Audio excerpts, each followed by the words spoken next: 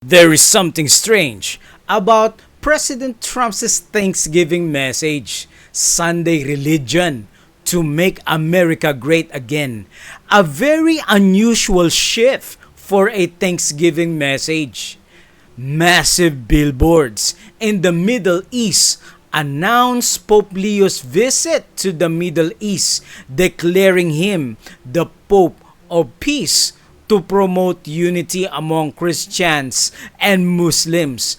They just love the Antichrist, and I believe they are preparing for Sunday law worship universally.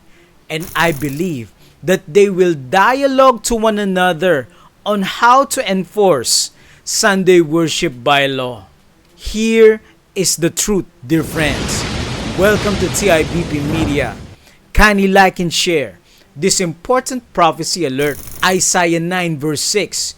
Jesus is called the Prince of Peace. On November 25, 2025, during the annual Thanksgiving turkey pardoning ceremony, President Donald Trump declared that the churches are coming back because more people are praying, which is a good thing.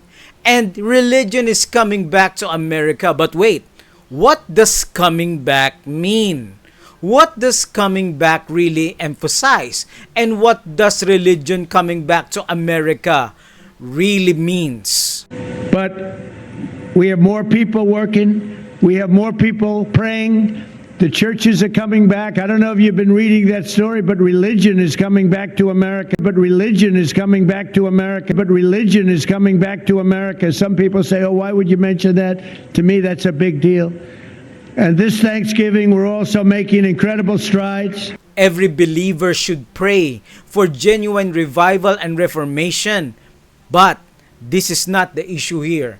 But if the churches are coming back means something more, such as churches taking reins on civil government, then we are treading upon the dangerous territory. When religious institutions starts influencing public policy or utilizing political power to uphold their beliefs, we risk creating a spiritual crisis.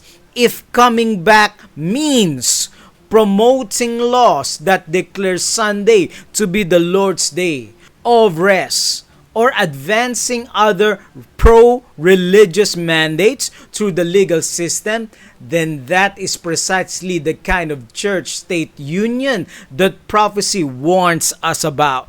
Trump's intention in coming back means churches re-entering the political arena with the goal of enforcing religious doctrines, especially Sunday sacredness. Then it becomes a signal of the final movements foretold in Revelation 13.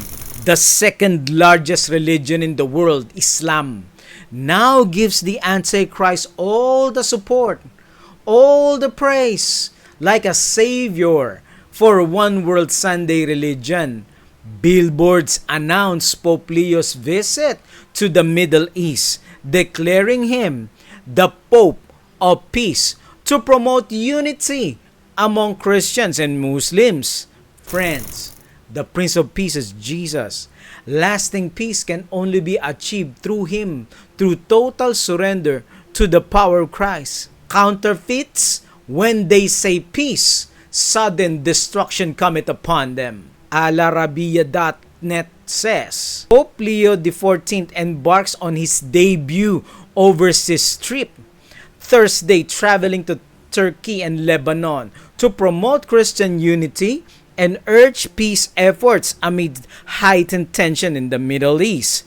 The 6-day trip is the first major international test for the U.S. Pope, who was elected for the Catholic Church in May and whose understated style contrasts with that of his charismatic and impulsive predecessor, Francis.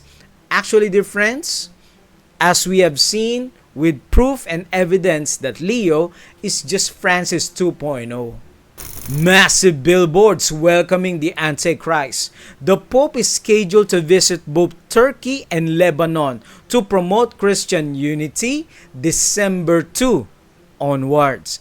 In preparation for the visits, billboards located at the airport throughout the region featured an image of Pope Leo XIV written in Arabic, the Pope of Peace.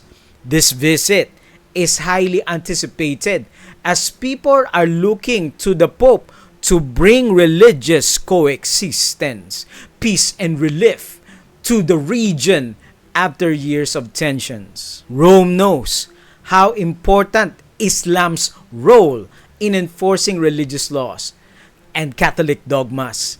This is why Revelation 17 have foretold this spiritual wine have been served to the nation of Islam, and these billboards shows their drunkenness. For centuries, Islam, with its 1.8 billion adherents, has been one of the greatest obstacles to the papacy's long-standing ambition for global spiritual dominance.